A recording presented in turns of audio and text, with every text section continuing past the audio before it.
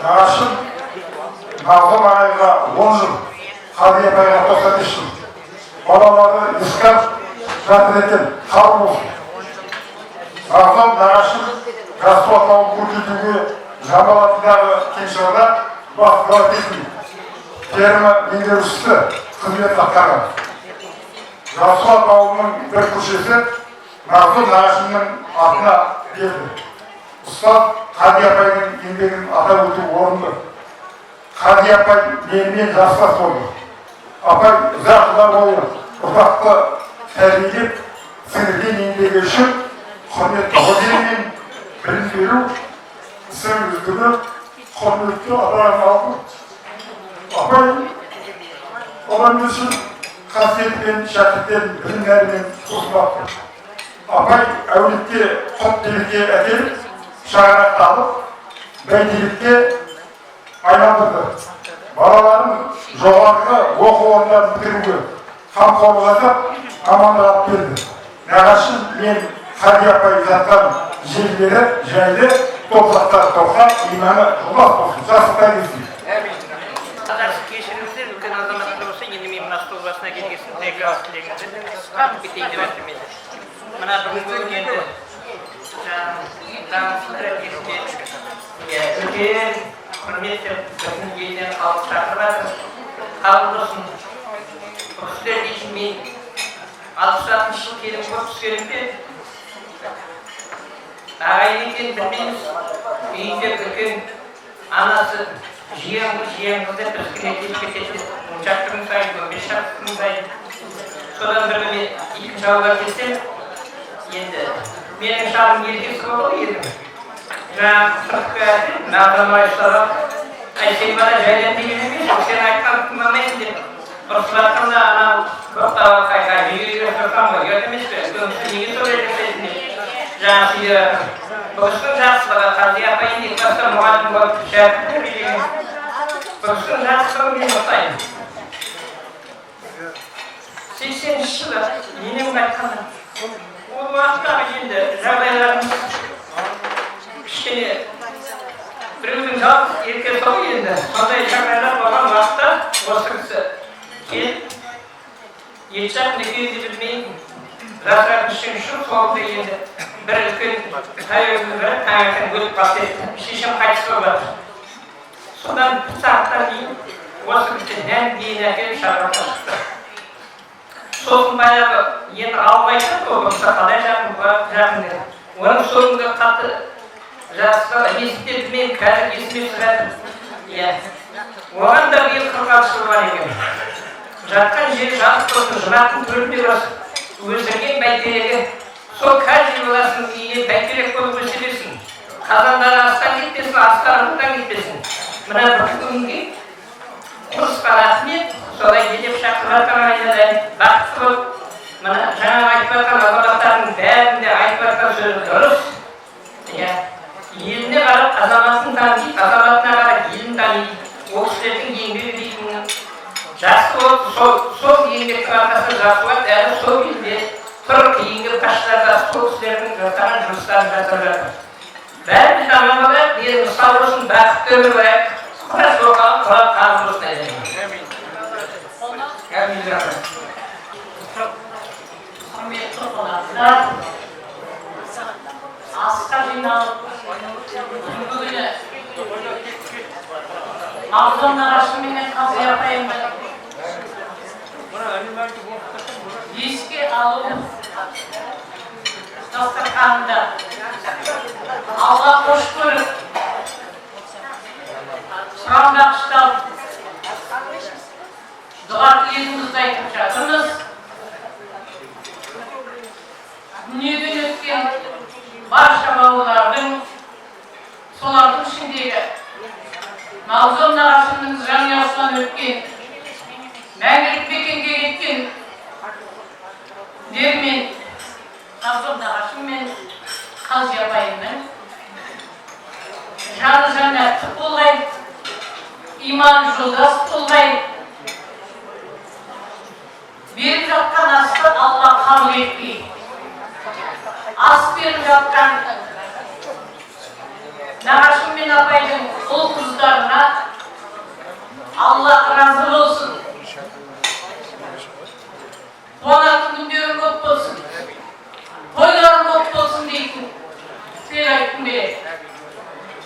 Мені екінші ауылға таныстырғым керек болмас, бірақ мен осы жер жәннатта құнарлы топырақ Жасұлақтың қызы, әкемнің аты Қажымұрат, анамның аты Талжан. Талжан деген анам Мағзұм нағашымның апасы. Біздер Мағзұм нағашымды жадам арқылы таныдық. Жадам қалай жақсы көрсе, біз солай жақсы көрдік. Бүгінгі күні де осы шаңырақтан тараған ұл мен қыз, одан тараған немере жиендердің бәрінде жақсы көру сезімменен ғұмырымызды жалғастырып келе жатырмыз. Мағзұм нағашым туралы бірталай әңгіме айтты. Қош көрдік. Тауып айтатын бөлекте әңгімем жоқ. Маған кездескен жерде күліп, Қажымұратова молодец дейді. Мен бағамды нағашымнан алдым, ақыры мен жақсы жұмыс жасап жүрген болармын деп ішімнен марқая келді. Ал енді Қази апай туралы, менің ұстазым туралы, елде екі ұстаз болса, біреу болса, өзі болып жүрген Қази апай туралы бүгінгі 4-5 сағатқа сезу мүмкін емес. Дегенмен де Қази апайға арнаған мынандай әңгімелерді айтқым келеді. 64 жыл біз жеті оқыватырмыз. Біздің мектепке жаңадан ағай апайлар көп келді. Солардың қақпасында үстінде сері костюмі бар, шашын алдынан ашқан, екі жаққа тараған, аяғына орнықты көкірегін киген, салмақты басып жүретін Қази апай. Одан кейін есімде қалғаны шашын кәрдік сияқты түйетін, үстіне әдемі көйлекті киетін, дауысы өте сүйкімді әдемі Қамар апай. Сонан соң есімде қалғаны бізге жетекші болған 8 қырлы 1 сырлы деп біздер ішімізден баға беріп елден мұғалімдерден бөліске алған Бориса. Қази апай химиядан, Қамар апай әуелі биологиядан, соңынан географиядан сабақ беріп оқыдық. Апай ағайларымызға еліктеніп, бала жүріп, оған дейін Құлашағайдың интернатында жатып оқыдық қой. Жамал, сен доғыр болуға лайықтысың, интернаттың тазалық секторының бастығы бол деп. Құлашағай біліп айтады, мен дәрігер болып деп ойлап келіп едім. Қази апай мен Қамар апай көргеннен кейін жоқ, мен мұғалім боламын деп шығар едім. Сол арман, сол мақсат мені мұғалімдікке жетеледі, мұғалім болды. 69 жылы 19 жасында мектепке мұғалім болып келгенде Қази апай үлкен мектептен кіші мектепке келе жатқанда былай деді: Жамал, кеше басындағы Мартин деген оқушы еді, бүгін қолына журнал ұстаған мұғалім болды. Bir нәрсе айтайын деді. Жайбырақ әңгіме айтты. Мен кереметтей тыңдап келеді. Жаман адам жоқ. Ең жаман деген адамның да бойында жақсы қасиет болады. Бала да сондай. Баланың көлеңкесіне түспей күн жағымен айналды. Сонда сенен бірдеңе шығады. Сөйтіп мен еңбек жолымды бастадым. Қази апай сияқты биолог болдым. Қази апайға еліктедім. Қази апайдың көлеңкесіне айналып кеттім десем де болады. Бүгінгі күнгі беріліп жатқан ас қабыл болсын дейін. Ұрпақтарына Алла разы болсын дейін. Ал енді мына дастархан басында отырған бар пенденің деніне саулық тілеймін.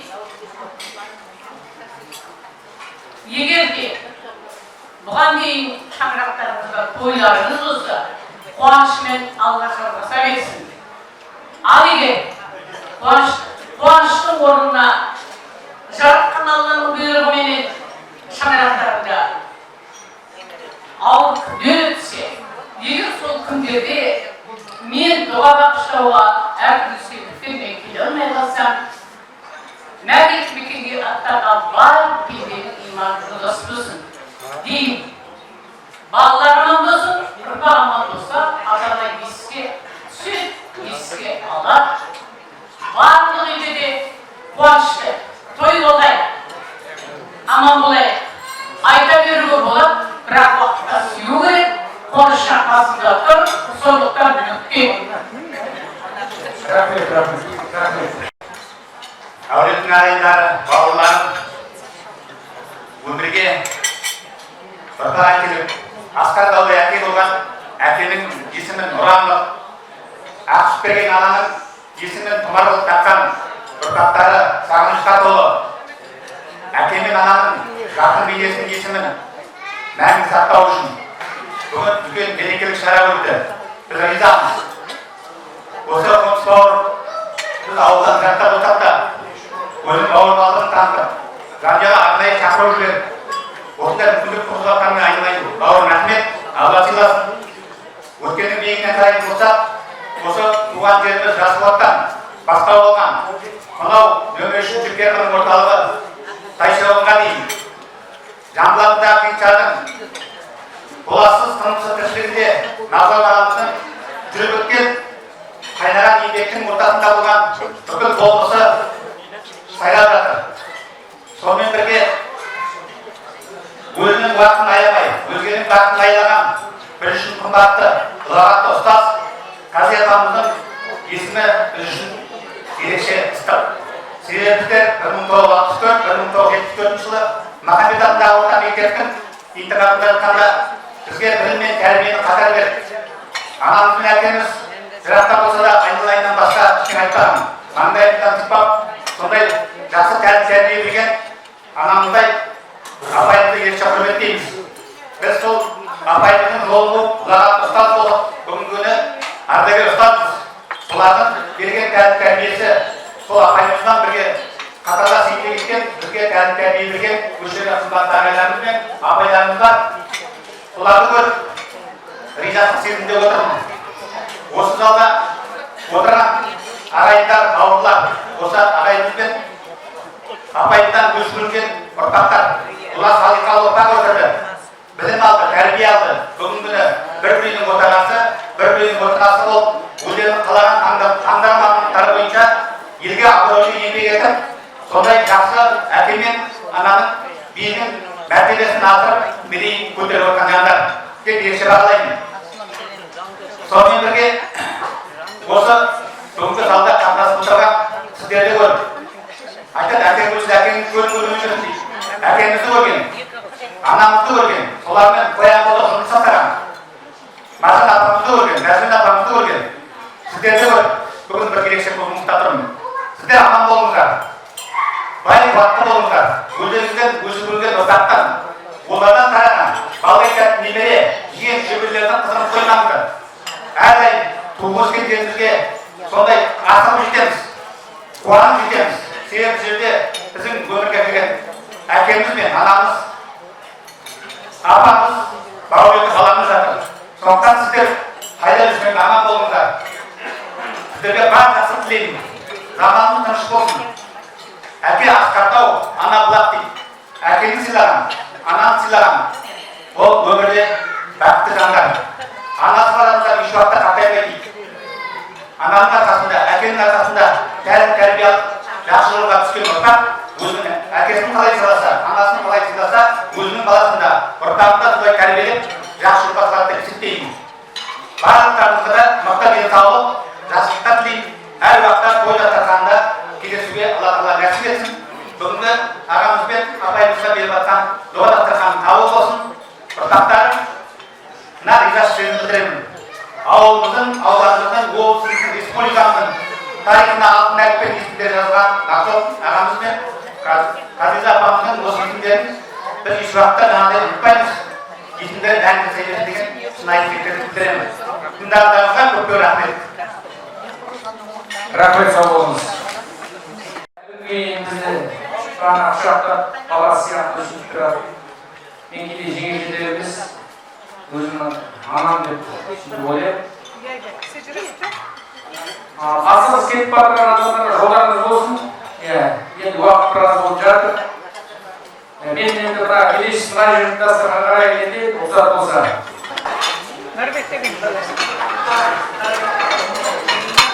Al енді осындай киімдер кіріп, әкелген кездері мен табыра беремін. Айтамын, сау болсын, иманы жолда шығасың. Олардың алдынан да жамақтар болсын. Оларға керегі болсын дұға, осы дұғадан басқаны әйеліңізге пайдасы. Осы дұға қабыл болсын. Әмин. Сарқан, осындай дұғалар сарқан. Алайда қарам, айтатын сөздер қой. Ағамның жасым келген, сөйлеп келген, мен былай айтқанға өзім не көрдім, оның мақтаптан бірге жоқ жасаған. Оның оқығанда, оның қандай өмір сүргенде айтып келеді. Ал енді ол үлкен жұмыстарда енді мінезде бар ойшық, мінезде бар. Ол мінезі, ол неге болады мінез? Білетін адамдар мінез болады. Білмейтін адамдар қайыр.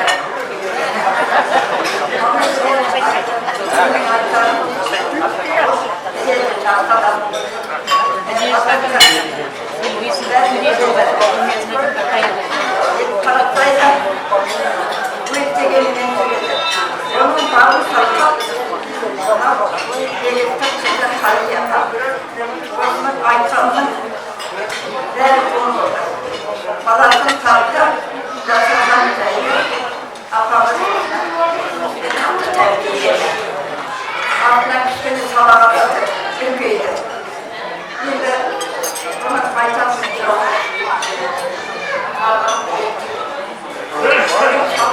Бірге жұмыстас болды. Оны айта берсе сөзді. Иманы жасап қандай хабар мәселе кітабына шығып. Мына бұл шаруаны жасап отырған сендерге рахмет. Баланы көрсеткен көреді балаға. Баланы көрсеткен қана арқында тұрған шаңырағын жоқ қылмас екен дейді ғой. Өзің білесің, кітаптан айырылып, қайғы қасиетті арқалап, осындай жасқа келгенден Аллаға шүкір еткен басқа несі, басқа несі, құбіреті күшті құлайын көтінде қатқан, балаға бермеген тасын маған берді. Сондықтан бұлай айтқанда шақырған екенсің, мені қайдан тауып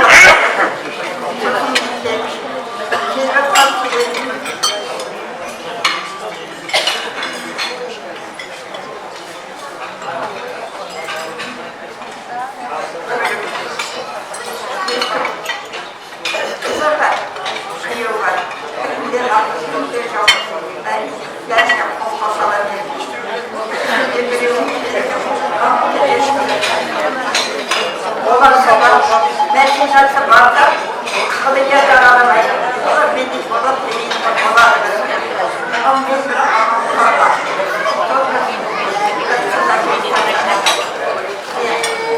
Айтып айтпайды керек.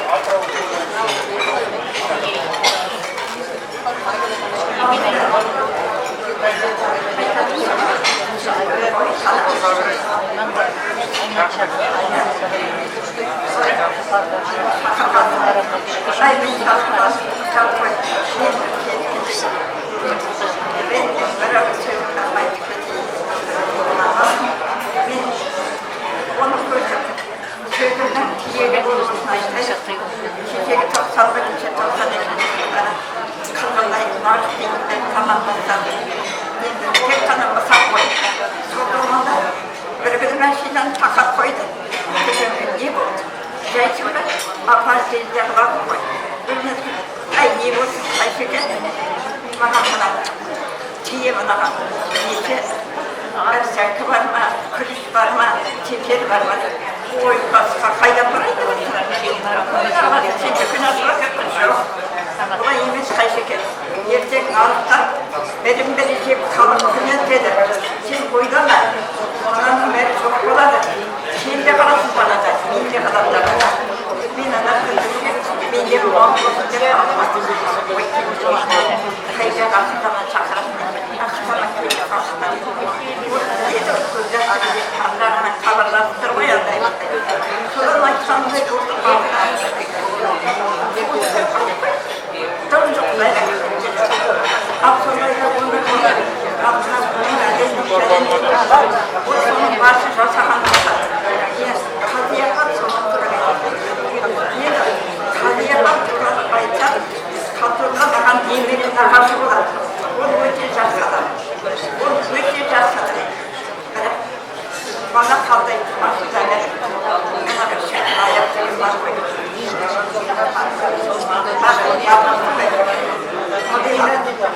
Ben şimdi kırmıştım.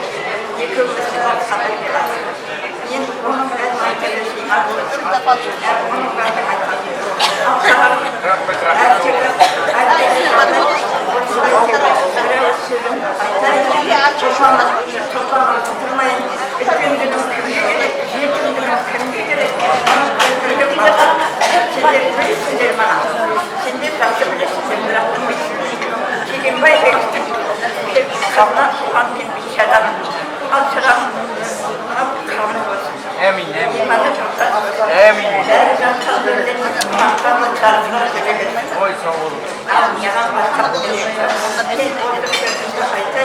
Beni terekkenin sakırmanına kadar o ben kelime oyunda. Oyunu başkan aytan bunlar ben söyledim. Şimdi başkan aytan. Başkan aytan işlegen yok. Oturgan kalayı. Aytanlarına aytanlar diye ayta verirler. Kanşa aytar, kanşa uybayla, kanşa baybayla. Neyden artık onday жағдайды жоқ болған. Менен артық кісі жоқ. Мынау Уарсон, мынау Мұхаммед, мынау Меңдіғали, мынау Қайыржан. Мына ішінде тағай. Адамның көкелері. Жердің астында. Bir хабар жоқ. Ондай адамдар сөзімді де сөйлейді, өзімді де демейді. Қазір қалған мына қылғандар біреуге аз жетім берді. Енді ақшылда келіп атып деп сөз беріп атыр я мемлекеттен алып. Адамдарымыз сауапты болсын мынау бүгінгі күні мәрхүм нағашы менен қажы жеңгемізді еске алып мынандай шара өткізіп бәріміздің басымызды қосып жатыр екен. Ол кісілердің жатқан жері жай топырақ нұрға болсын. Енді ол кісілер айта береді. Ол кісілердің жаңағы әрқайсымызға айтуға бір таңдап жетпей, бір кітап жазу керек. Сондықтан бәріміздің де жүрегімізде ол кісілердің жақсылығы, бәрімізге де қамқорлаған сондай адам ғой енді. Оның бәрімізде пилотсыздар бос отырған кісілердің бәріміз де қамқорлаған болар, кезінде қатар жүрген болар, жылы сөздері болған болар, біреуінің миллион демеген болар. Енді ол кісілердің жатқан жері жайлы, топыраққа болсын.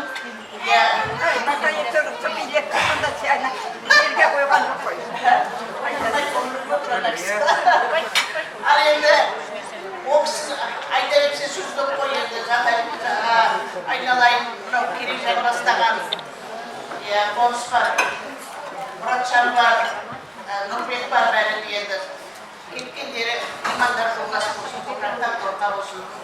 Енді нағаш жиен болғанменен ол әңгіме бакалей тұрыпта дүние ұстағанда емес. 58 жылы Астаханнан көшіп келгенімізде мені сол үйге апарып жаңағы осы нағашымның үйіне оқып деп тастап кетті.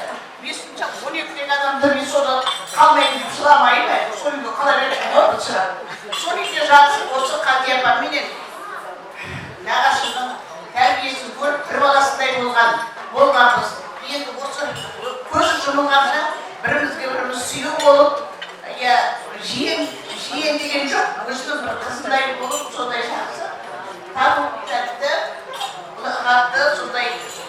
адамдар болдық, бір-бірімізге тірек болдық.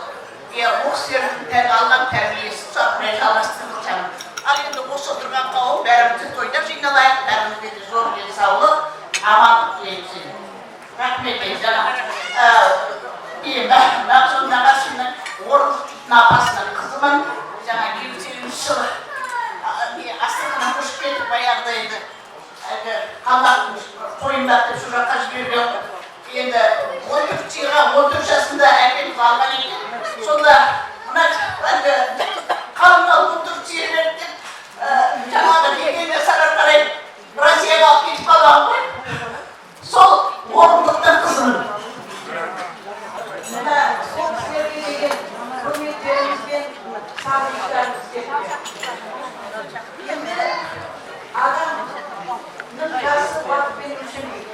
Артында қалдырған бізді, артында қалған тәрбиесімен, еңбек сіңірген еңбегімен мәлім жасайды. Мына жаңа енді менің алдымда азаматтар барлығыдай сол кісілердің өткен жолы, өмірі туралы жас айтып берді. Енді оны қосқанда айтпаймын, бәріңіз де білесіздер. Мен 1966 жылы осы Мақашев орта мектебіне мұғалім болып орналастым. Bütün жастар келді. Сол жастарды біздің алдымызда абай, осы Қази апай бар, Тамара апай, Сәуе апа, Марис апай, барлығы бізді жылы жүзбен сондай жақсы қарсылады. Сол кезде мен адамдардың мінезіне өте таңғаламын. Әркім өз заманында сол заманда адамдар өте тең пейіл болды. Бәсекелестік деген болған жоқ. Бір той болса, қуаныш болса, бәрі бірігіп жасайды. Төменден тұстар болса, тағы да бірігіп жүреді. Сол кезде біздер теориялық біліміміз болып, 5 жыл оқып келсек те, практика жүзінде біздің білмейтініміз көп еді. Сол апай біздерге қағидадар берді. Кейін өзіміздің еңбек жолымызда соны қағидатын ұстап өсек артық емес. Енді бұл кісілердің жолы ұрпаққа үлгі, айтқан сөздері өскен, жасаған жақсылықтары артындарын өшпейді. Енді мына қазақтан мынандай сөз бар екен. Бала-шағаң аман бол, немере жиендеріміз айналаңдап шулап жүрсе сол бақыт деген екен. Ендеше осындай бақытқа, осы мұсылман отбасыларымыздың бәріміз де сондай бақытқа кенеле беріңіздер. Ал ағай мен апайдың ұрпақтары осындай үлкен еске алу кешін ұйымдастырып жатыр екенін көп рахмет. Енді жатқан жерлерін жазып қойған осы тағы да айтар апай өзінің балаларын емес сонымен қатар бүкіл ауылдың балаларына тәрбиелеп берді. Қазір өз балалары ортада беделді, сыйлы азамат, өздері ұрпақ тәрбиелеп Рахмет, сау болыңыз. Рахмет. Күйеуімнің ұстазы, жолдастың ұстазы Мағзұм ағамыз. Өзімнің ұстазым Қази апайды үнемі айтып отырады. Ана жерде Амангелді ағамыз кеше үйге барғанда өзім барам. Бірдеңе етіп машина келгенде сосын мен барғам, мен ол кісінің көп жақсылықтары бар деп отыр едім. Мен Сәлима жеңешеміз келіп отыр. Бүгін ауырып қалып келе алмай қалып отыр. Әл жерде Қазан ағам үйінде жеңгеміз келіп отыр. Ағасы жеңгеміз аты ұзып қалып, өмір жасы ұзақ болады екен. Соны айтамын, ағайдың әңгімелесі көп айтады деп отыр. Енді мына мына Қазим апай отыр. Орынғали ағайдың үйіндегі. Бұл кісінің де біраз айтатындары бар. Мына жерде Нұрапан отыр, Иқан ағамыздың үйіндегі. Бұл кісілер іші толып тұр, бәрі айтатын.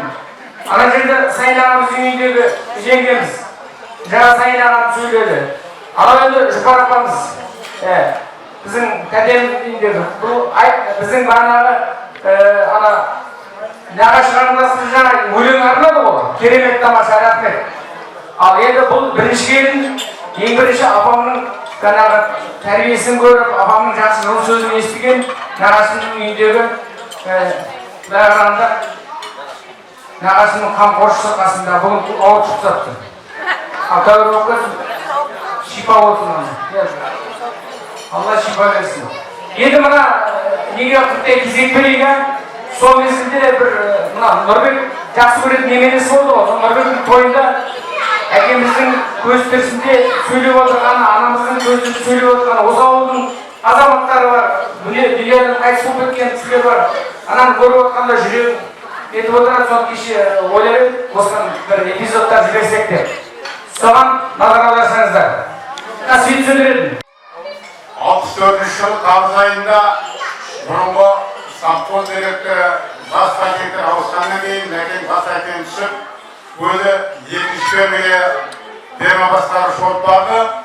Қасында Закир Жақиев Жолдас ағамыз, Ниязғали Болат, Шөпір Кумир Амангелді, ферменің адам дәрігері Сәрібаева Ұмсын, осы делегациямен тамыз айының аяқ жерінде фермаға қабылдап алуға екінші фермеге барды. Біздер әкем мал бағат, айналып дейтін жерде отырады деді. Сол жерде келіп Қалкен дейтін кісіден ферманы қабылдап алды. Мен сол күнде ұшып келген бала едім. Содан көз алдымда Мәкеннің жасаған жұмыстары. Октябрь айының ішінде Қырыққұдыққа жайық бойынан шетен тасып қора салды. Газик машинаның артына екі аяқты прицеп тіркеп, арқалып, қазық, құлағынасы өзі бірге аяқта ертіп үстіне сары құлаш 4-5 кісімен әліп бастаған бригадымен бірге қора салды. Бұл кісінің істейтін жері басты. Содан кейін мынау өмірде салынбаған Кетебайдан, Қусойдан, Қабанбай дейтін жерлерден тракторменен таудың тасын тастып, биік шипырды қора салды. Бұл алғашқы осы жабыл совхозы салған алғашқы қоралардың бірі болатын еді. Содан кейін бұл кісі осы совхоздың өркендеуіне үлкен үлес қосты. Кезінде қой кетін түгел аралас болды. Соны Қаракөлге айналдыру жөнінде үлкен ғылыми жұмыстар жүргізді. Осыған көптеген еңбек сіңді. Әрине айта берсе бұл кісінің еңбегі көп. Сол жерде жұмыстар жүргеннен кейін 69 жылы қайтадан совхозға бас әкім болып кетті. Ол жерде жақсы жұмыс жасап жүрді.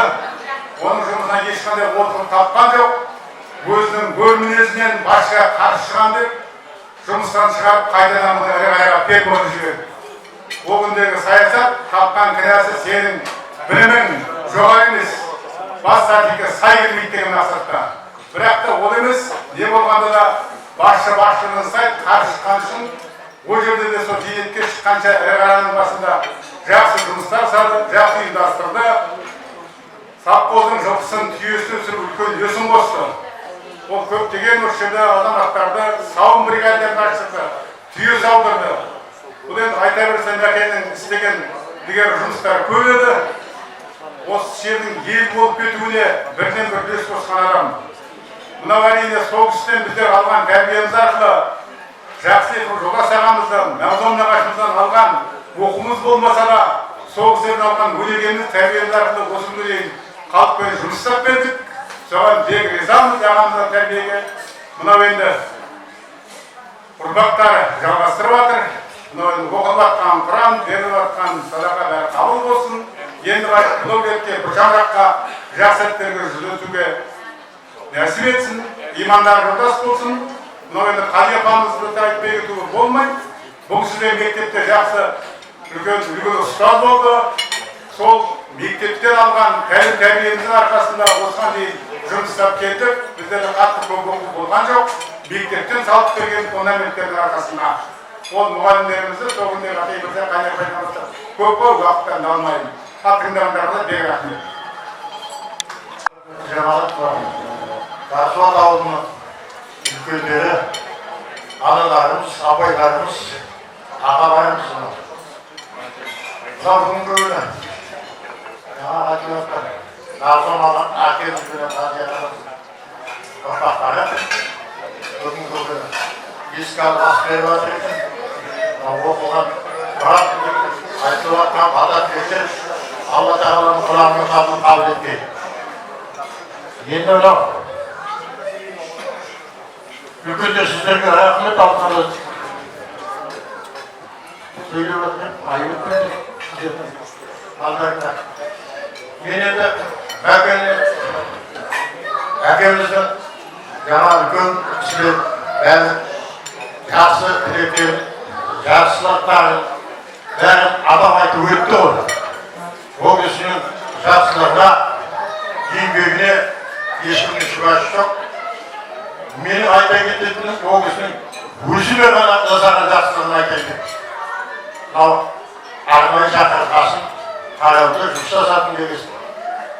Сол өзіме жасаған арнайы жақсылығын айта кетейін. Келген алдына деген мақсатпен келіп отыр.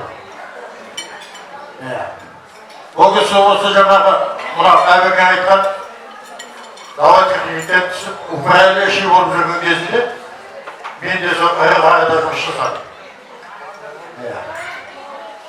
Көмірші болып еңгірді.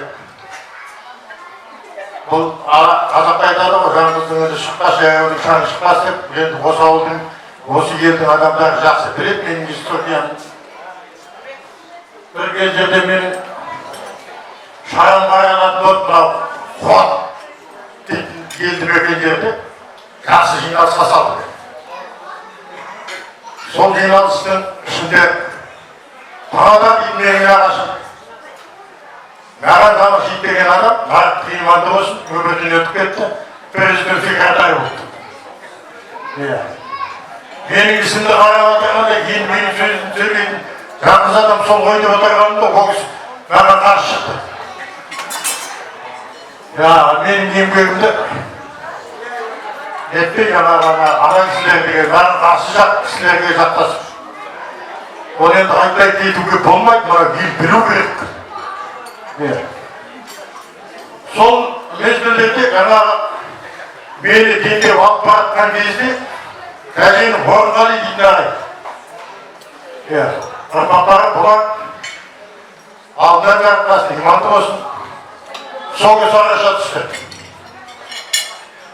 Жігіттер сендер қалай сөйлетесіңдер. Осы кісінің қысы жазы, осы баланың жазда, ыстықта күйіп, қыста аязға тоңып, постоянно ат үстінде жүреді, аттан түспейді. Сонда бұл қалай бұлар мен түсінбей отырсың.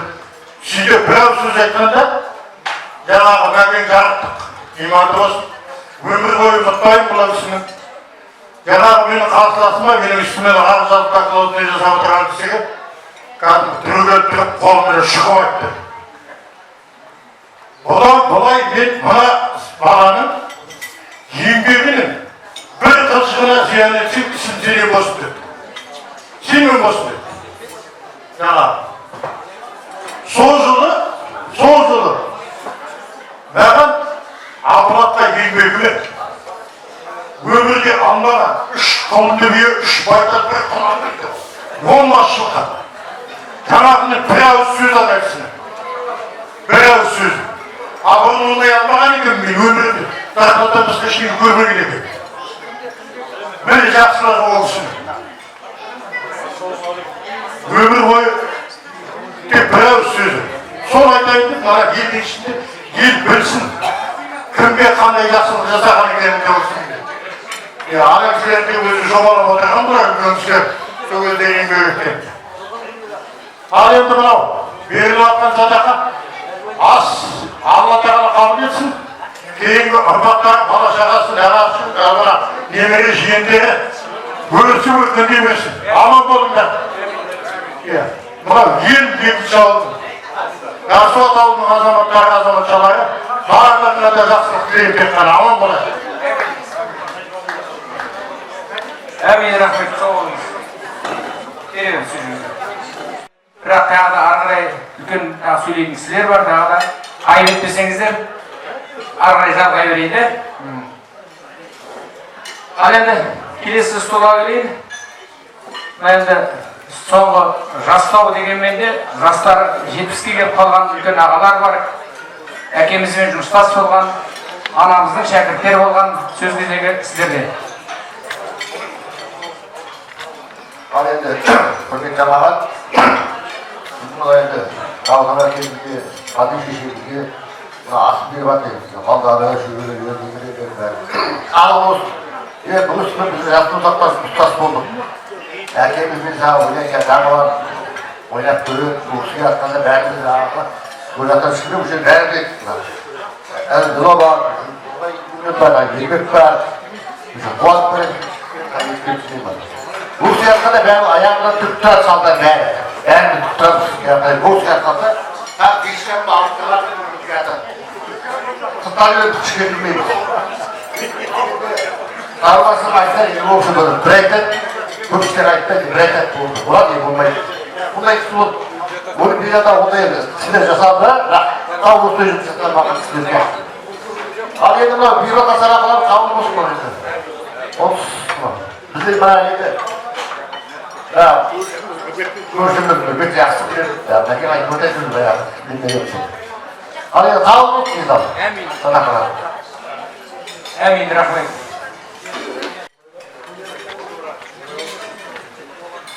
Qadrli ағайын, бүгін міне баршамызда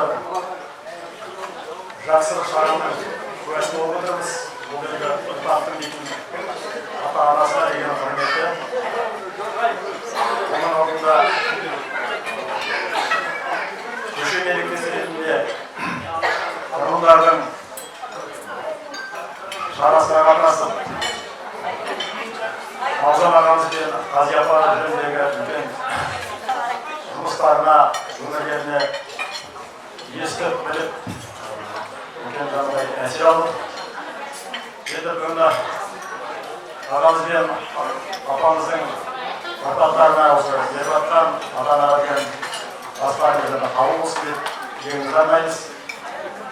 Жаңа айтқандай енді бұл адамдар елге келген тез қана осы ауылға емес, ауламызға да келген атағы мәлім. Ондай қадір-қасиетке, ондай құрметке олар өздерінің ойындағы үлкен адамгершілік қасиеттерімен ие болған, оны ел біледі. Қандай адам болғандығын. Мына атақты бір Сәбидолла Қуат деген осы жергілікті мемлекет қайраткері бар ғой, білесіздер, сол кісінің бір айтқан сөзі бар. Адам атақты сұрамау керек дейді. Атақты халықтың өзі береді, атақты. Міне солай бұл ағай мен атаның өмір жолында осындай халықтың өзінің атағы берілген ол кісілердің өмірдегі ұстанымдарына, тұрмыстағы үрістеріне байланысты. Өздеріне тапсырылған жаңа айтқандай мемлекеттік жұмыста атқарумен қатар, оны бәріңіз де білесіздер, қарағандыда жұмыс жасадыңыздар. Сонымен қатар тек қана олар елдің де өсуіне барынша қолдан келген қамқорлық жасайды. Елге өнеге болып, жол көрсетті, жол көрсетті, мәнісін айтты. Түсінбегенді түсіндірді, араласқандарды жақындастырды. Жастарға ақыл кеңес берді. Талай адамның өмір жолында дұрыс басуына, дұрыс жүруіне сол ақыл кеңестері мен қамқорлықтармен жасы игі істер атқарды. Көптеген адам мына айтады ғой, жасырын айтпайды дегендей, ағайын апайдың осы жасылықтарын, қолдан келген көмектерін жаңа бірқатар адамдар айтады, оның талай адамдарға беріп жатқандығын айтпай-ақ сондай қамқорлықтарын бере білді. Яғни өздері өтеген еңбектерден адамдарға да сол қажеттеріне сәйкес түсіне отырып, көре отырып, сұрабай-ақ соны жеткізіп берді. Сөйтіп осы елдің өсіп-өнуіне өлшеусіз еңбек істеген адамдар екенін жақсы түсінеміз. Көре қалдық. Енді мен осы тығыз байланыстағы 90 жылы жұмысқа келгеннен кейін осы жұмыста жүргенде ағай мен талай апаймен ақыл кеңестерін алдық, шын ешетпелерін алдық. Бұл бізді осы жұмыста шыңдады. Бізге соның бәрі сабақ болды. Сондай адамдармен осындай кездескеніне болғанына келесі осы өмірде бір жетістікке жетсем, осы кісілердің арқасы, соның арқасында өз жерімді жасқа келе жатырмын. Ал енді қадірлі азаматтар, енді осындай елімізде, ауылымызда осы өнегелістер көп болсын дейміз. Ауылдың қазіргі ел мақтайтын болса, соны негізін жастығын жасап кеткен осындай азаматтарымызды ұмытпайық, аналарымызды ұмытпайық. Қолымыздан келсе соны ары қарай жетілдіріп, осының дамуына үлес қосайық. Ал аға мен апаның ұрпақтарына тек қана жақсылықтар тілейміз. Сіздер осы әке мен ананың берген тәрбиесін ары қарай жалғастырып, шүкір қазір енді жақсы өс алып, жастар өсіп жатыр. Лайында осындай жақсылықтар болып, амандықта бола беріңіздер. Барша ағайын енді айналдарыңыз аман, өміріңіз түзел қойған. Бәрі қабыл болсын. Әмин, рахмет. Мына теледидарда бір сұхбаттар болады, сол сияқты бір кішкентай бір сізге сұрақ қойып жіберсем бола ма екен? Жәке. Сол қайсы осы мен ұмытпасам сіз әкім болып тұрған мезгілде сияқты. Ал осы инициатива әкім ретінде өзіңізден шықты ма, жоқ әлде басқа осы ауылдың халқы айтты ма?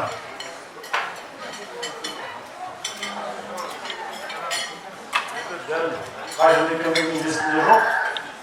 Сол кезек досы, онда енді Мұхаммед ағай, Сүбет ағай, үлкендер жағы көп болды ғой. Біз енді әрбір жұмысымызда сол кісілердің ақылдасамыз, пікірлесеміз. Ол кісілердің ұсыныстарын қашанда да олар өздері ел басқарғаннан кейін ұсыныс кеңестерін айтып отырады. Міне сол ағаларымыздың тарапынан осы азаматтарға, елдің азаматтарын ұлғай неге болмасқа дейтін ұсыныстар айтып, ағайға бір көше атын берудің мүмкіндігі бар ма дейтін ұсыныс болды. Сосын қаулағаны сол кезде ата атауды ағаймен ата. Міне сол алғашқы сол ауылда Сүндет ағайлардың осы неғып кімге басталған білгенде сол адамдар акиматқа келіп ұсыныс беріп, және соның арқасында ағамызға ат беріңіздер.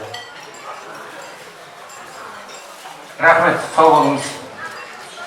Енді мына жерде әкемізбен жұмыстас болған, күні бүгіндегі жастар жетіп салқындап қалған біздің ағаларымыз бар. Мысалы Бақтан ағамыз, жерде Асқар ағамыз, осы мен білетін шофер қызмет атқарып, осы батынның көбіне осы қасында шауып жүреді осы. Сосын Әжидолла ағамыз бар. Ол кісілердің әкелері де осы біздің совхозға еңбек сіңген. Мына жерде Есіркеп нағашым бар. Ал осы Малаковзайдан ғой, Бақтан сосын кім? Марат ағамыз Малаковзайдан ғой. Ал сол бағанағы үнемі көзімізге ыстық сол мезгілден. Мынау Мейрам дейтін ағамыз бар. Мен жұмыстас болдық. Ал біздің Қазияптың шәкірті сол мезгілде фотоның ішінде тілең Мейрам түскелек ана фотоларды қарап отырсақ. Сосын ойлаймыз ғой, мәкең түсе беріп, сол білген ғой мұғалім болатын дейді. Мына жерде біздің құдамыз Арқан құда қазір округтің әкімі. Ол кісінің де ішінде бір түлектер жатқан болар. Мына жерде Саламат дейтін ағамыздың баласы келіп отыр, Альберт. Мына жерде апай бар. Ал Саламатты да білеміз, біз жастай бабының қасында жүріп, осы қалай сәкеңдерді мектепте оқып жүргеннен ой жігіт қой. Ана шешендер келгенде де жігіттерді бастап шығып төбелескен.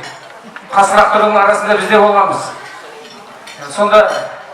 Сонда бана ағамына совхозда бастап жұмыста келген мезгілде сонда қызуғандықтан неге көрініп қалып сөйтіп жүргенде әкем қасына алып қамқорлап сөйтіп ол кісі мынау Саламат ағаларымыз оны ұмытпайды еш уақытта. Рахмет, айналайын. Әкең Алла шипа беріп, тәуір болсын, жақсы болсын. Алла қуат берсін ал бәріңізге де. Енді мына жақта сол кісілерге бір-екі ауыз сөз сұрайын. Жамал апай. Бұл енді ауылымыздың ардақтысы Асқар әке Абыз ана Қазия апай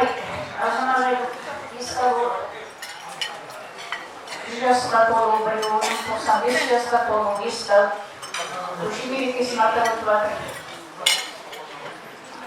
Балаларға көп рахмет. Осында тұрған ұрпақтарына, артында қалған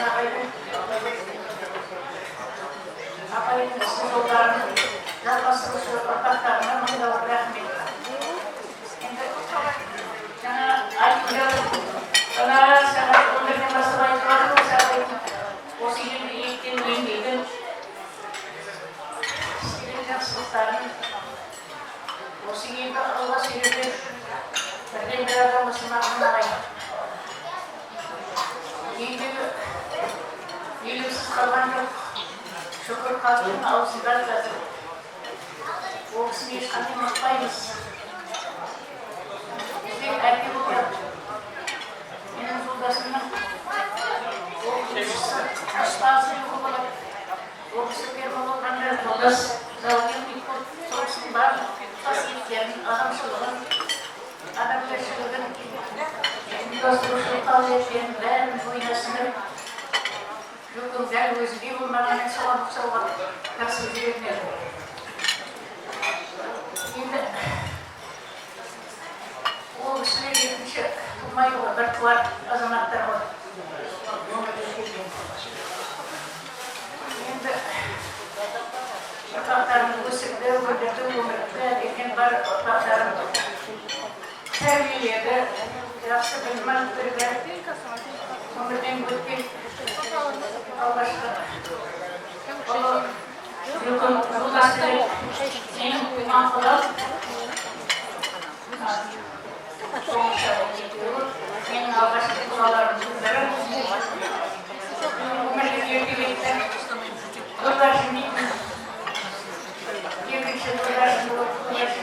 жұмыстас болып, өте жайлы, жай барақат, сондай санрлы, сондай адам болды. Одан кейінгі кешегі бейбіт. Енді ағайдың өзіне тартқан, сондай азамат болды. Азаматтығы ағайға тартқан еді. Ұлғашынан кейін көтсінді дейді. Осы екі қызыл кетті, қалған ұрпақтар аман. Қазір енді мына берейін құдамыз. Құда дейін ғой, балдарым ғой мен. Қоныс бар, Мұрат бар, Нұрбекжан бар анау. Осы шараның бәрін ұйымдастырып. Ауылымыздың белгілі азаматтары оларды қазір бір шаңырақ сол ұрпақтары өсіп өніп жатқан тамырлар тереңден кейін ауылымыздың белгісіз азаматтары болып жатыр. Оларға енді айтатын әңгіме жоқ. Әрі есімдерін азаматтар көрген жерде құшақтарын жайып жүрегіміз жылып сондай жақсы көреміз. Балаларды сол ағаймен апайдың тәрбиесі болған сондай жақсы балалар. Ал осы азаматтар азаматына қарап елін танып, ауылымыздың жақсы көрінуі осы азаматтарға байланысты. Қоныстан кезінде осы ауылдың әкімі болды, мектептен директор болды, ұрпақ тәрбиелеген ұстаз болды. Қази апайдың ісін жалғастырушы. Жолдасының ұстазы ағай болса, менің ұстазым Қази апайдың 9-9 жыл мәңгіз болды. Ауылында жаңыл мектебінде апайдың химия, биологиядан, математикадан сабақ берді. Ұстазым болды. Өте сабырлы.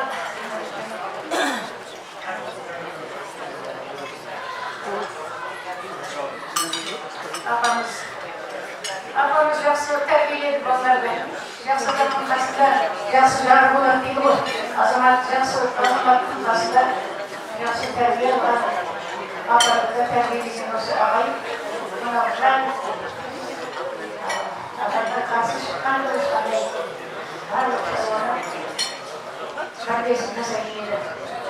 Амин осы кісілерге арнап беріп жатқан ас қабыл болсын. Алдарынан жарылғасын, имандары салғат болсын, жандары жанатта болсын.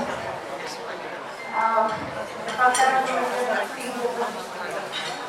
Көрмей, армандарын, ұрпақтарымызға сыр жатыр, жалғастыра берсін. Еңбек сау, аман болсын. Деген тілек айтамын енді. Аман болсын, барлық ұрпақтар ел аман тыныш болсын. Елімізді солай өркендей берсін. Әмин, рахмет. Бір не болды, нақала, сол мезгілдерде, ол мына біздің совхоздағы комсомол жастар бригадасы. Біздің совхоз тарихында негізінде комсомол жастар бригадасы ең бірінші қойдан құрылды. Оны да білесіздер, шет жағасын, осы біздің Бейбіт ағамыз да сол бригаданың ішінде болды. Алғашқы кезде анау Мұхағали Жалғас аға шопан ағамыз, көкеміз, атамыз. Одан кейін бір комсомол жастар бригадасы бұл түйеден құрылды. Біздің совхозда әрі қарай түйе шаруашылығы біздің әкемізді соны білеміз. Неге конференция болып, ғылыми жетілдіру мәселесі бойынша үлкен бір жиынға қатынасып, Маңғыстауға барып, соны Маңғыстаудан қайтып келгеннен кейін біраз осы бура, löкпе, сондай дүниелер шет жағасын естігенмін.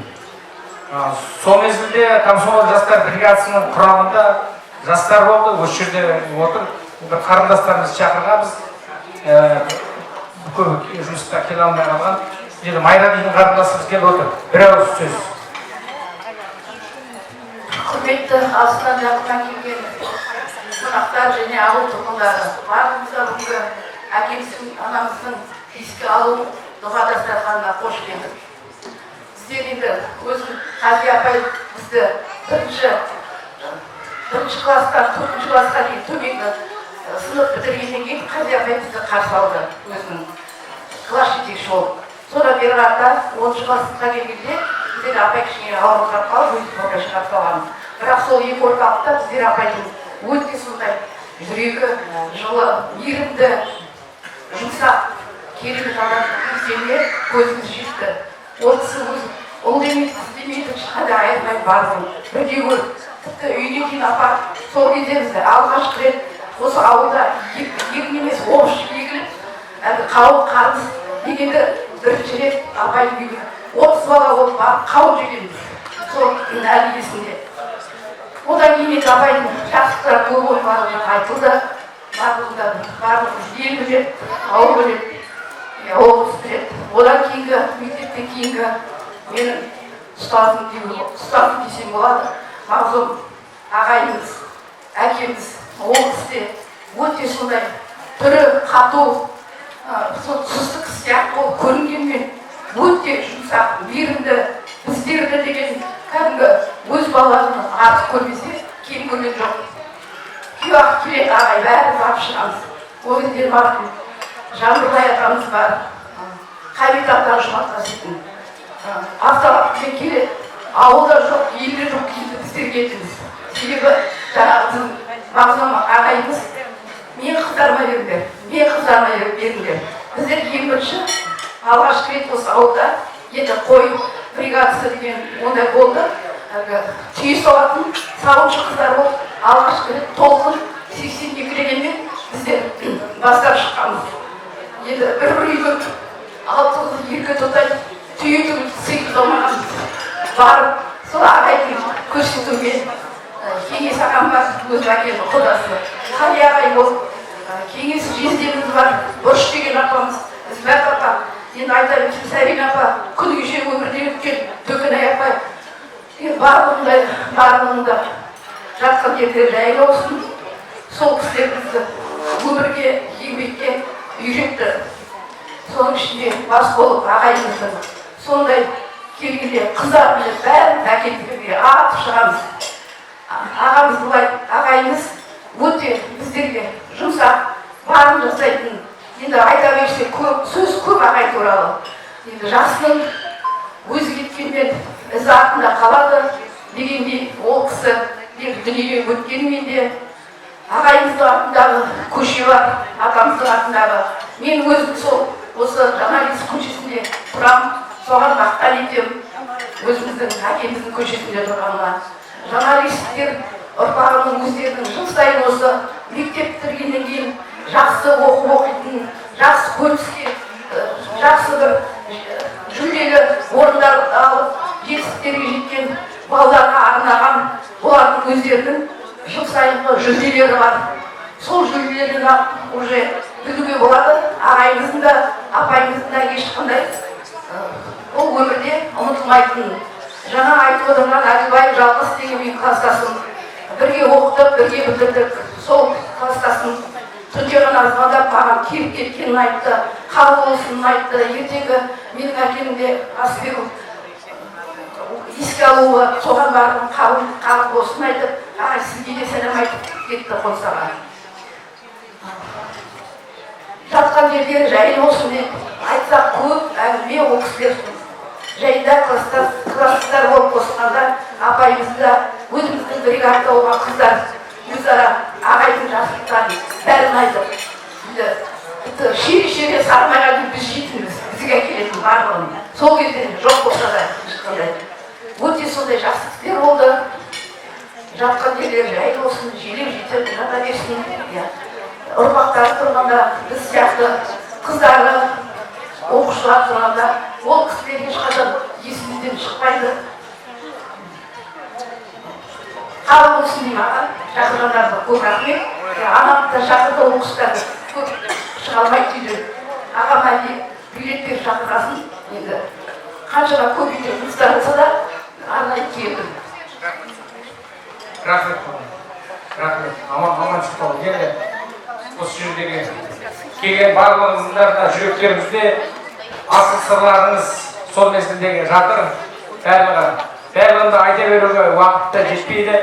Сіздердің ең бірінші мүшелге шақырған себебі сол мезгілде біздің әкеміздің, анамыздың сіздерге деген ыстық ықыласы, сағынышы, жақсы рахмет айта алмай кеткен болса, сол сіздердің атынан Алла разы болсын деп рахметімізді айтамыз сіздерге. Басымызды иеміз. Осы жаңа біздің Жарсуаттың қарттары, Жарсуаттың адамдары деп кім болса да өзінің туған жерін ең бірінші жоғарғы қасиетіне көтереді ғой. Сондықтан біздің осы Жарсуатымыздың қарттары аман болсын, Жарсуатымыздың азаматтары аман болсын. Бәріміз де осы жерде өсіп өліп жатырмыз. Сол себептен сіздердің жүректеріңіздегі жатқан асыл сырларыңызды, айтар тілектеріңізді, сөздеріңізді біз үлкен жүрекпен түсініп бағалаймыз. Рахмет. Енді мына жерде Дауылбай дейтін ағам бар. Кезінде осы совхозға өндіріс кооперативі құрылып, совхоздары одан кейін ұжым шаруашылық тарап, содан кейін сол кооператив құрылғанда соған басшы тағайындау керек деген сияқты сондай бір үлкен жиындар болып соған барды. Сіздер үйде жас мұғалімді сол жұмыс жасап сол құлағымызды түріп отырады дейді. Бұл жақта не болады, бұл жақта дейді. Сонда үйге мәз болып кетіп, Дауылбайды бастық қойдық деп. Өзіміздің ауылдың баласы осы ауылда өсті, осы ауыл жөнінде жақсы біледі. Қойдық деп сөйтіп мәз болып қалған есінде. Сол біраз жыл өндіріс кооперативі басқарды, Қасымжан Аманжол ағамызбен. Қазір құрметті демалыста осы Дауылбай ағамыздың бір деген сұрағымыз келіп тұр. Рахмет. Мынау құрметті ағайындар, енді ауылымызға белгілі Абылай сақалымыз, Нақсан ағамызды, үлгілі ұстаз Қазия апайымызды біреуіне 100 жыл, біреуіне 95 жыл. Әділбай ағамыз осындай енді үлкен дастархан жайып, ағайын туғаны көрші көлем құдаларды шақырып жатсыздар енді. Қабыл болсын енді. Ағамыз жөнінде, апай жөнінде көптеген жақсы тілектер айтылды. Бәрін тыңдап отырмыз. Өте жақсы адамдар үшін бүкіл ел үшін еңбек еткен, шыншыл, адал, халыққа болсын дейтін, сондай кең пейілді, ақ жүректі азамат пен азаматшалар болды. Өмірден өсіп жатыр. Кейінгі ұрпақтары ағамыздың жолын жалғасын дейміз енді. Бәрі де шүкір болмақ. Өйткені ұлы Керейменен сізде жұмыстас болдық. Құрылыс саласында Керей енді жастайынан еңбек қор. Мына мәдениет үйінде болған жиналыста айтып жатыр ғой енді. Өзінің арнайы оқып келген білімін бола тұра әкесінің айтқан тапсырмасымен шаруашылық қор. Сол енді інілеріне Жақыншы болып, күні кешеге дейін шаруашылық жұмыс жасап келді. Бүкіл ел біледі, елге деген көмектерін тиді. Не айтамыз енді? Айтып жатқан тілектердің бәрі қабыл болсын. Иә, елде тыныштық болсын. Осындай енді айтып жүретін, өзгертетін, осындай ұлағатты ағаларымызбен, апайларымыздың мынау тарихын алға қарай да жалғастырып, осылай болса екен деген тілектеміз. Енді бірімізге, бірімізбен бұл осыларды, сондықтан мүмкін дұрыс өткізіп жатқан шара деп есептейміз. Аман жүріңіздер бәрімізге. Тойда келісейік. Тұрсынайға сөз кезегін бердім бе, ұзақ уақыт алма, қысқаша. Мен жерде тағы да сөйлейтін ағалар болуы мүмкін. Өзіміздің тумаларымыздан да бұл жерде ағаларымыз келіп отыр, Серік ағам бастаған, ал Қуаныш ағам бар, бұл жерде Орынбасар ағам бар. Жездем отыр, міне үн жоқ, тым-тырыс. Бұл кісінің ішінде де толғар, ау. Апам баяғыда айтып қойды, мен қашан сөйлеймін, ол Есенқұлдың төлестері сөйтіп жүреді, жаңарып алдында. Қазір апама да береміз. Бірінші Есенқұлдың кішкентай қыздарына беріп көрейін. Саламатсыздар ма, құрметті ағайындар, барша осы әулетке қарасты және де осы ауылдың барлық үлкендерге баршаңызға сәлем бердім. Осындай атамыз бен әжеміздің еске алу кешіне алтын уақыттарыңызды бөліп жатқандарыңызға үлкен рахмет, алғысымыз шексіз.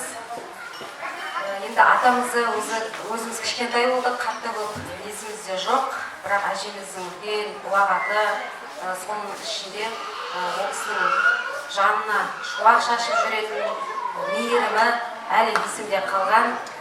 Ең көп есімде қалғаны өзінің пенсиясын алған кезде өзіне ештеңе алмайтында, соған барлығына кәмпит пешен алады, есіктің алдында бүкіл баланы шақырып алады. Әй, кімнің баласың кел деп шақырып алып, сол балалардың бәріне жаңағы кәмпиті мен пешені біткенше үлестіріп отыратын. Сонда балалықпен мен айтатынмын, ту мама, не бізге бермейсің ба, одан да даладағы балаларға не үлестіре бересің деп ренжитінмін сол кезде. Сонда олай деп айтпа, қарағым, өле жегенше өле жетейді, айналаңдағы өле жүру керек деп сондай үлкен бір ұлағаты, өнегесі әлі құлағымда бар. Сол кісінің өнегесімен, сол кісінің мейірімділігімен әлі де біздің жадымызда, өмірімізде әлі талай соны қолданып келеміз. Және де ол кісінің ең үлкен нәрсесі баланы соққанды жек көретін. Бала соқса, соғылатса, баққа болғырды ұрсатын әлі есімде қалып кеткен. Енді айтқым келіп отқаны, көп уақыттарыңызды алмай,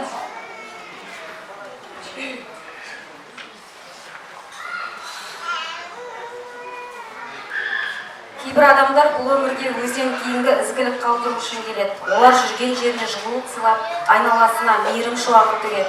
Сондай жандардың бірі біздің аяулы әжеміз Қази Ғабдуллақызы деді. Әжеміз 1931 жылдың 13 ақпанда қасиетті Индер жерінде дүниеге келді. Балалық шағы ел басына күн туар ауыр соғыс жылдарымен тұспа-тұс келді. Сол кезеңнің қиындықтарын көріп өскен әжеміз жастайынан еңбекке араласып, жоқшылық пен таршылықтың не екенін жақсы білді. Бірақ тағдырдың сынағы оның жігерін, қайсар мінезімен білімге деген құштарлы үлкен өмір жолына бастады. Әжеміз ұстаздық жолды таңдады. Ол үшін мұғалім болу жай ғана мамандық емес, адам тәрбиелеу, ел болашағын қалыптастыру болатын. Жарты ғасырға жуық уақытын мектеп қабырғасында өткізіп, мыңдаған шәкіртке білім мен тәрбие берді. Әр баланың жүрегіне жол тауып, оларды туған жерін, табиғатты, елін сүюге тәрбиеледі. Әсіресе кішкентай құмырсқаның өзін баспа аяғымен өлтірме деп бізге үнемі айтып отыратын.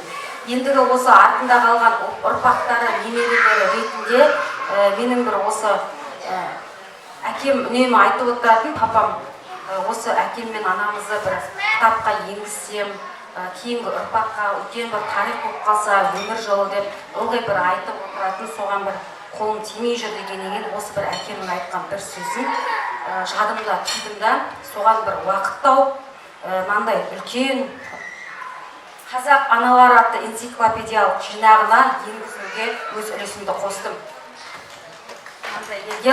Осы тамызда болады, ашылуы энциклопедияның Алматы қаласында 20 облыстың ең үлкен кітапханаларында бұл таратылады. Және 7 данасы біздің әулетке беріледі. сол 7 дананы осы жерде отырған біздің өзіміздің әр шаңыраққа беретін боламын. Бұл жерде анамыздың, әжеміздің үлкен өмір жолы, өзінің ұлағаты, қандай жақсы қасиеттері, қандай білімді, өте керемет жан болғаны, қазіргі таңда ол кісінің шәкірттерінің үлкен бір өмірде алатын орны бір үлкен кірпіш болып қаланған жөнінде осындай өмірінен бір қысқаша үлкен тарихты осындай қалыптастыру үшін жасаған болатынмын. Соны бір негізі сюрприз қылып жасағым келген, бірақ баспа кішкене кешігіп қалды. Алла қаласа осы тамыз айының 10-15-теріне таман тұсаукесері болады Алматы қаласында. Сол кезде табыстайтын боламыз. Яғни осы әжеміздің қазақ аналары атты үлкен энциклопедиясына енетін болады. Соны айтқым келген.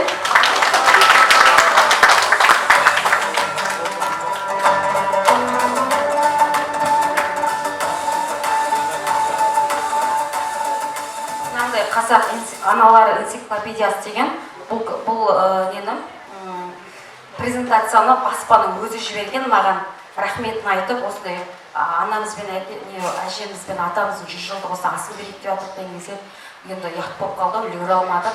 Содан ең болмаса осындай қағаз түрінде көрсетерсіз деп, соның алғашқы беттерін сіздерге көрсету үшін алып кеттім. Өнегелі өмір жолы қасиетті жердің перзенті деген өзінің туған ауылы, Махамбет ауылы округіне қарасты Молымбет қонысының Бегістөбе мекенінде дүниеге келгені. Жалпылама айтсам. Иә. Одан ұлағатты ұстаз жолы.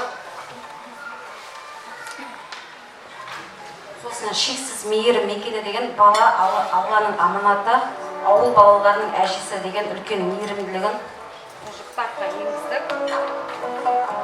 Тарих қойнауындағы сәттер деген осындай әлі де суреттемері үлкен шаңырақтағы суреттер енгізілетін болады. Айтпағым сол, баршаңызға үлкен рахмет, үлкендеріңіз аман болсын. Әжелер, апалар, мынау енді әкемізден анамыздың жақсылығын, өмір жолдарын бәрін де айтып, еске алып, жұмыстас болған ағайлардың да осы жерден қамқоршы болған, ақыл шара болған барлығын айтып жатсыздар. Біз сол үшін балалар ретінде әкемізден мен анамыздан алған тәрбие, сол кісілердің алған ескертулерін есіме салып түсіп отыр қазір. Қалада жұмыс істеймін, кішкентай бала жолдас екеуміз сыртта шәкірт жазамыз, ашқан осында барамын, постоянно. Сонда бір күні Қази мамам папама айтып тұрып, мына Сережан қайда, ана Сережан дейді, қарсы сөйлейді ғой. Қарсы бірдеңе айтып жатыр ғой деп, өзім папама ескерту айтып, маған соны айтып салады. Мен өзі естіп тұрмын. Одан кейінгі бір екінші есі қалған заты, папама ол кезде оқып жатқанында, оның егер Қази мамама келіп, 5 алды міндет жасап жүргізіп оқамын. Жасап ол кезде білмейміз оқушы боламыз. Папам не көрсетіп, неге мақтанады деп ойлайтын, құттағандай балам, үшінші класс оқитын. Сол сияқты ол кісілердің арасында өсіп, сол кісілердің тән тәрбиесін алдық. Кісінің алдынан өтпе, қуаныш болмаңдар, алысқа кетпеңдер, кесе шықсаңдар, айтып кетіңдер деген сөзді тәрбиесін сол кісілерден алдық. Екінші әкеміздің еңбегі, өзінің қара еңбегіменен, қара жолымен, еңбек қолымен өскен әкеміз ол әуелде қалам дейтін ағамызда шөпір болып еңбек еткен жас кезінде. Содан кейін Армияға бар, Армиядан кейін Атырау облысының бірінші ауыл шаруашылық техникум ашылғанда сонда оқып, қызыл дипломмен бітірген. Бізде оқу бітіргеннен кейін бір осыны ол кезде оқуды қалай бітірген білмейміз. Оқуда анам құлап, анадан ел аралап жүргенде бар. Ауыл шаруашылық техникумына барсам, папамның аты жөнін жазып отыр. Тақтара. Ең бірінші қызыл дипломмен бітірген, өткізген маман деген. Сонда барып біз әкеміздің сондай жақсы оқумен аяқтағанын сонда көзіміз жеткен. Сол сияқты мына бір құрметті бәркелердің үлгілішілерге барлығыңызға көп рахмет, әкелерімізді көрген, бірге жұмсас болған ағайларға. Енді екінші айтайын деген анамның бір сөзі бар. Мен бәріңіз келіндеріме ризамын дейтін. Ал осы мына балдарымызға қазір көңіл жатқан қамқоршы болған келіндерге ағалық ретінде көп рахмет. Бүгін осы жұмысты атқарып, қолдап, жан-жақтан балаларымызды, әйеліміздің барлығына сол келгеніңізге көп рахмет. Мына өсіп жатқан ұрпақтарға аталарыңызды, әжелеріңізді көріп жатсыңдар. Сендер де немере, жиен, шөберелерсіңдер қазір сол жақ. Солардың ізін болыңдар, азам болыңдар, азамат болыңдар. Тек қана тәрбиелі, ұлағатты азамат болыңдар, жаман адам келтіріп келемеңдер дегенге жастарға.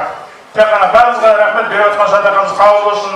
Ал енді өсіп жатқан ұрпақтарымыз аман болсын, келіп жатқан құдалар, ағайын тумалар бәріңізге де құтты қадам болсын. Тек қана жақсылықта Құдайда келсейік.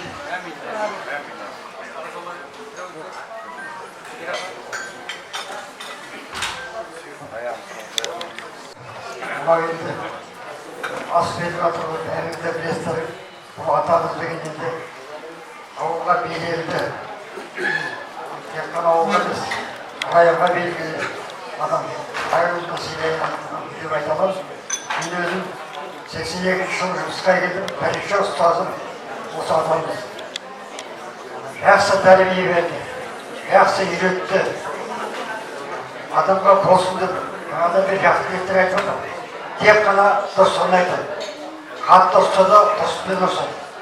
Одан кейін оның кісі ұрысқандар қорқыптады да, бірақ бір қандай жоқ дейді. Өзге жәңгір сияқты. Өтіп кетеді, қайтадан ол кісіге кет сияқтамайды. Дұрыстап айтады түсіндіріп. Сосын ол кісіден ел сыйлайды адам. Ел бүкіл. Дұрыс тәрбиесін беретін. Ана енді тағы бір айтатын, бәрі жақсылықтар айтып отырмын. Мына пенсияға шығатын уақытта ол кездерде 2 ай қалғанда пенсияны көтеру керек. Мына мысалы иматта отырған бұршақ пенсияға шығатын болса, мына кісі бұршақтың балдарының ақшаларын жайлап мына көбейтеді. Атмақ болсын. Сосын пенсияға шыққанда көбейеді. Міне тек қана бір айтайын деген жақсылығы сондай. Бір айтып жатқан өзім көргенім. Ана көбейсін пенсия деген. Болсын деген әңгіме. Ал енді мынау ең жақсы күнді айтып отыр, керей ағам отыр ма, оны соты, балдар отырсыздар, маған әдейі келіп әкеме тоқтатып отыр. Көп рахмет, мынау беріп отыр, астары қабыл болсын. Айтылған тілектер қабыл болып, дұғалар қабыл болсын. Сосын енді Қази апай да айтайын деп отырған, Қази апай енді осы Бейдет апай, Қамар апай, кім? Үш апай айтылды ғой жаңа, учитель Тамар апай да бар, Жамал апай да бар мысалға. Осы жақсы ұстаздар бізге мектепте тәрбие берген деген бар. Ал енді мына ас қабыл болсын. Енді ол кісілерді көрмеген қызықтар мына шапағатты болсын, кейінгі ұрпақтары, құлашамасы, немере шөбере барлығына шапағатты болсын. Жатқан жерлерін тоқылып деген тілектер. Қысқан. Рахмет, сау болыңыз. Қанша? Құрметті ағайындар, құрметті ауылдастар, Керейханның бастаған бауырлар, беріп жатқан садақаларыңызды Алла тағала қабыл етсін. Көкемізге 100 жыл, анамызға 95 жылдыр. Еңбектес болған азаматтар, көршілер бәрі де айтып жатыр ғой, қысқан өзімнің байланысты бір-екеуін айтып сөйлеймін. Сіздер енді қыдан көшіп келіп, отбасыға келгеннен кейін еш қойға келгенде осы үйге келіп бірінші қатқа сағатқа келе жатырмыз. Сонда мүмкін жаңғыршы келіп жеңгесіне әке жайжемізге тапсырды ма, Керейханнан біреу түскеннен біреу нұсқайды оқимыз. Естіген адам еліп тұрып тұрады, мына жерден белінен байлаған газетей бар, түйе соғанда шашырайды. Ай, бұл қуаныш сені күтіп тұрмын, нағдауының балдарына жұмыртқан жеп қояды, саған сақтап тұрмын деп. Сонда қазір ойлаймын ғой, сөйте жүре ағайын туған береке білген біріктер ұстауын обасынан бастаған екен деп. Енді көкеміз біз енді осы азамат болуға өйтіп келе ат салысты. Осы кеше тоқырау заманда бір орыстың үйін сатып алып 70 мың ақша жетпей жатыр, қазақ жіберіп 70 мың ақша жетпей жатыр деді. 93-ке теңге ауыз, 96-та 70 мың ақша, миллион ақша ол. Соң ойланбастан беріп жүріп, үйімді алып қалып, 2 рейс тарап оларып 22 күн дегенде ақшаны кері алып келдім. Соғыс Керейхан куә, осы бір қарт мына. Сен бола бартма деймін, қайтып жатыр, мына гараждың қасына деді. Содан топырақ салып келгеннен кейін, ана көк жегулішістер үшеуміз отырып, көке рахмет, кеше 70 мың ақша деп қолды беріп отыр. Ақшаны ұстап отырып та, айналайын, менің жамбасым астынан көбеймейді ғой, неге айналысқа салып жібермедің деді. сосын көке уәде ғой мен бір айда алып келемін дедім ғой. Дұрыс айтасың, азаматтың уәдеде тұрғаны да жақсы ғой деді. Бәрі жерге атап жатыр. Сол кезде кеңділігі алды, көмек мен енді ұялып жатыр, азамат болып кетсін деген өзінің аталық әкеліп көмек олар енді. Азиядан жөнінде енді ел біледі, ел жақтап жатыр біздер деді. Жаңа оқып жүргенде мен өз басым айтып, пәуелемді атаған жоқ, қайнағамның аты кетіп қалады деді, қасындағы отырған оқушының атын атап жүрді енді. О да бір ұстаздық қатар қазақи салтты сақтап, қайда жүрсе де келген шаңырағын сыйлағанда олар дейді. Ал жатқан жерлері жайлы топырақтар тұрға, Алла тағала иман байлығын берсін, жақсының айтып ұртасын дейді ғой, бұлар кәдімгі үйінде тұрып жатқан өз бауырлар, олардан ұрпақ, атасы мен әжелері қандай болып деген кішкентай естіліктен айтып отырған уақыттарында сау айып етпеңдер, аман болыңыздар, құдай қаласын деп үйретіп жеріміз. Осы күндер келіп бұрынғы әкемізбен анамызбен жұмыстас болған шәкірттер болған үшін де барлық шақырылған қонақтар баршаңыз бәріңізде бір жағынан шақырып отқанның өзі сіздерге деген құрмет, сіздерге жаңағы бір өзіміздің алғыс сезімімізді айтайық. Сіздердің бағанағы біздің әкелерімізбен шешелер бірге жұмыс жасағандарыңыз үшін, бірге жүргендеріңіз үшін, кезінде шәкірт болып тыңдағандарыңыз үшін бірінші Аллаға разылық, екінші сіздерге өзіміздің ризашылық сезімімізді білдіргім келеді. Мына жерде мысалға Қарабау ағамыздың үйіндегі жеңгеміз отыр, бақытты, әрі жұмыстас болдық. Ал бұл кісі де қазір ішінде біраз нәрселер отырған, бәріңіз де айтқыларыңыз келіп отырған. Енді мына жерде жаңадан бері менің біздің апамыз бар, Гүлжамал апамыз. Гүлбарсын апамыз дүниеден өтіп кетті ғой. Енді біздің апамыз, әр уақытта апамыз сыйлаймыз. Сондықтан енді бұл апамыз сұрап отыр қайта-қайта. Бір тілек, өзіңіздің айтып жеріңіз бір-екі ауыз, ішіңізде кетпесін. Мен сауатқа рахмет айтайын деген мына ауыл тұрғындарына бәрі бірдей болып келіп отқанына сондай риза болып отырмын, қатты риза болып отырмын. Айтқан әңгімелері, өткен естеліктері біз білмейтін көп. Елерде өтіп қалған жаңартып соның бәрін айтып жатыр.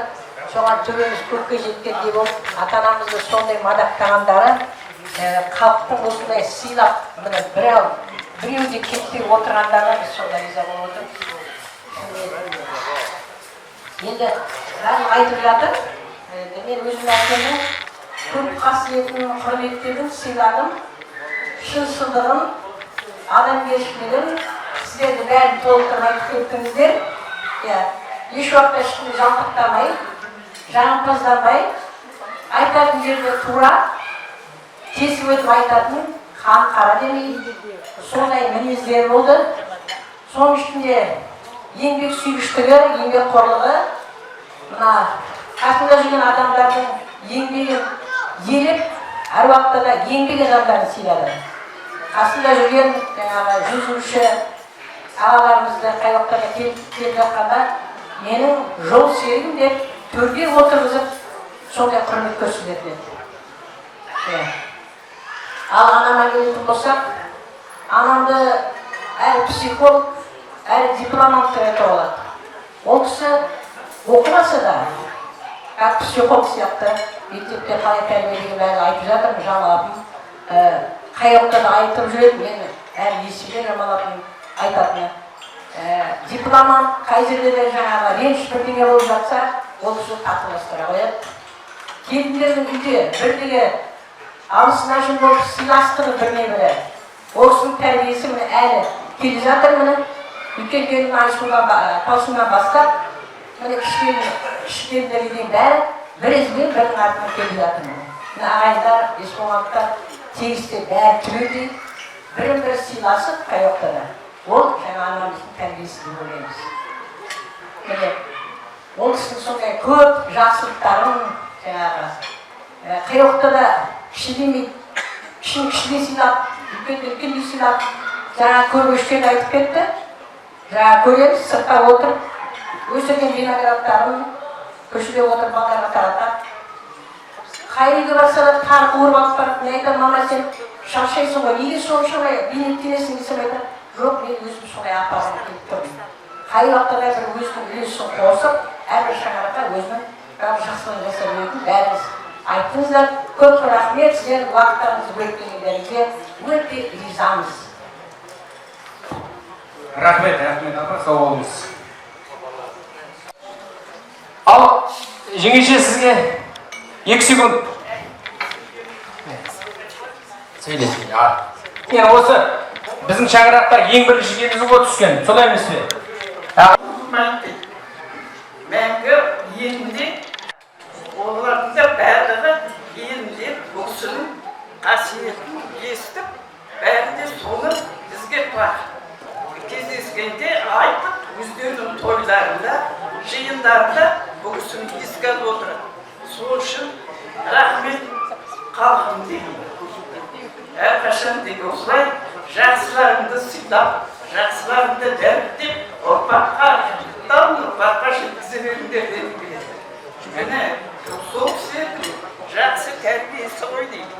Мына сол кісілердің өскен ағайын болған қайнелерім, қайнағаларым, алысындар, апалары. Енді қатынастар бәрі мен жолдасы. Бәрі мені кәдімгі солардың бір пірі сияқты болып, мені сыйлап, осыған дейін араласып келдіңіз. Биыл менің келгеніме августтың 15-інде 20 жыл болды. Содан бері осы әулеттің осындай барлық құрметіне мен сыйлы болып, қайындарыма де алсын, қайнағаларым, мынау келіндерім, қыздарым бәріне осындай сыйлы болып, сол кісілердің жалғастырып бізге үйретіп кеткен тәрбиесі арқасында міне осындай дәрежеге жетіп отыр. Сол үшін сол кісілердің ұрпағының жалғасы болғасын деді. Менен қорыққаннан емес, сол кісіні көру үшін мені сыйлаған әрі. Мен ризамын халық. Ол кісініге айтатын болсақ, ана түзде басқа, үйде басқа. Үйде оқысы деген кәдімгі өте жуасы. Сен білесің, біздің кемпір жуас. Онша сен білесің деп, кідегі яған сөйте отыратын бір қиындық жерді. Әй, мен осы ауырып жүрім дейді. Онша біздің кемпір жуас. Балдарға қарайсың, сенің айтқанын тыңдайды дейді. Сол, ауырып жүрдім дейді. Ойбай, папа, менің айтқанымды балдар тыңдайды дейді. Осып беріп жастар сөйтесі кім тыңдамайды кәдімгі алып шошып кетті. Енді кім дейді? Сасқанды бәрі атшамай, батабайында ғой. Ойбай, батабай мен тыңдайды метін. Бәрі сырттап өшкенді, қамбат қандай айқайса. Онша сен тыңдамайсың, тыңдайды. Енді осы айтқанымды бәрі тыңдасыңдар, соңды сөйтім бе. Бірақ мен тыңдатайын деп отқан жоқ, балдар өзі тыңдап. Барлығына бәріне ризамыз, халқым бол. Рахмет болды. Иә, жалғаса берсін жас. Рахмет. Сіздер білеміз, бала осы жердің баласының ғой. Міне отырған менің әке-шешеммен бірге жұмыста соған барлығыңыздың да керемет қасиеттеріңіз бар. Дастан қылып жазуға болады, роман қылып жазуға болады. Бірақ мына жерде кішкентай аз уақытта біздер сөйлей алмасақ та, кейбір айта алмай қалсақ та, көзімізбен, өзіміздің ниетімізді, жүрегімізбен ұғыстық. Алла жары болсын. Аман болыңыздар. Отыратын жеріміз тек қана той болсын. Жиналатын жеріміз той болсын. Бала шағаларыңыздың қызығын көруге Алла сіздерге ұзақ ғұмыр нәсіп етсін. Рахмет. Енді ұлсат болса асқайрайық. Асқайрылы кімге жолдаймыз? Мен жерде атамыз бар ғой. Асқайыр жіберіңіз.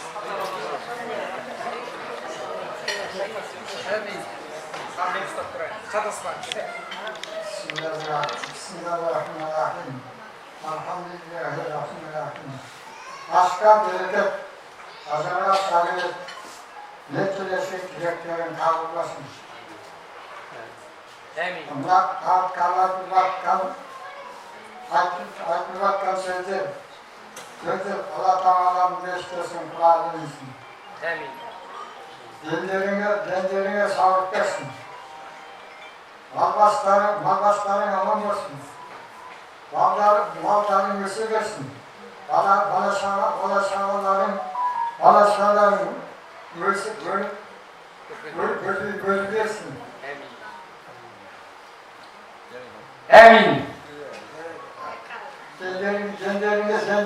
sağlık versin. Türk aman basın. Halkımız aman yerimiz taşıtmasın.